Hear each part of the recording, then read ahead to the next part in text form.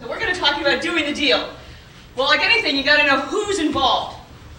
So, first of all, you need an entrepreneur. That's a person with the idea, the company. That's the person that's going to manage the process, who's going to absorb the investment. Then you have moi, the investor, the person who's in fact going to provide the capital you're going to need. So, most people, when they think about a deal the first time, think those are the two parties, the investor and the entrepreneur. Well, I'm going to break to you, there are a heck of a lot of other people involved. First thing, you need an advisor, a counsel, a lawyer, and both parties will have one. As an investor, I never do a deal without my attorney. I always have counsel. And I would say for the entrepreneur, also get a counsel. In some cases, I would do this earlier than most. Most entrepreneurs don't think about hiring a lawyer until they've met an investor, especially if it's your first time through, saying, who do I use? Who do you recommend? And I'd say do your homework early. As you're going, focus on springboard, focus on your pitch. But as you start to get these appointments, think about counsel, meet them, find somebody you have good chemistry with, find somebody that ideally knows about your industry, can maybe make contacts that can help you, understands the process for the size business you're in.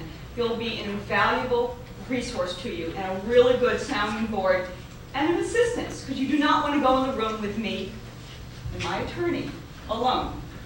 So let me give you there. The other piece is a board of directors. After you do the deal with somebody like me, I will insist you get a board. But there's no reason for you to think about that till I come into the picture. You may, in fact, want to think about assembling a board. The board you assemble before you do a deal with institutional investors, such as a venture capitalist, may change, and it will change. But to have a group of people that can help you in the process early on, can be your sounding board, is very helpful. And you will clearly have a board of directors after the deal. Begin to think about the attributes. Begin to think about the people you will call day to day to say, what should I do? Should I change my strategy now? Should I go hire that person? Think about Kim kind of went through the elements. If you think about each one of those elements, think about the advisor you're going to need making that decision. And start to get a list of recommendations such that when you meet investors like myself, you can say, would I want them on my board of directors? Is this somebody that can give me that kind of advice? Besides money, I give a lot of advice. I'm a very active investor. Most VCs are. I will join your board of directors. If you don't know, what do I need? If you haven't thought about your board, you'll be ill-prepared to know whether I'm a good fit or not. I will tell you right now, there are a lot of investors out there. There are a ton of them. Finding them may not always be easy, but there are a ton. So be sure you find a good match. That's a very important thing.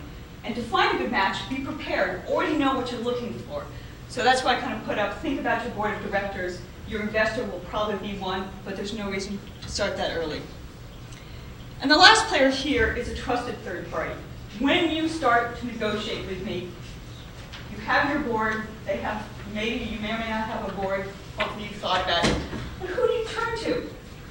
Ideally, you want to have somebody in your Rolodex, somebody you can call to say, am I on track? Is this term right? Should I do this or not? They've got this requirement. How do I feel about it? What do I know? Find a trusted third party. It can be another entrepreneur. It may be somebody you meet through Springboard.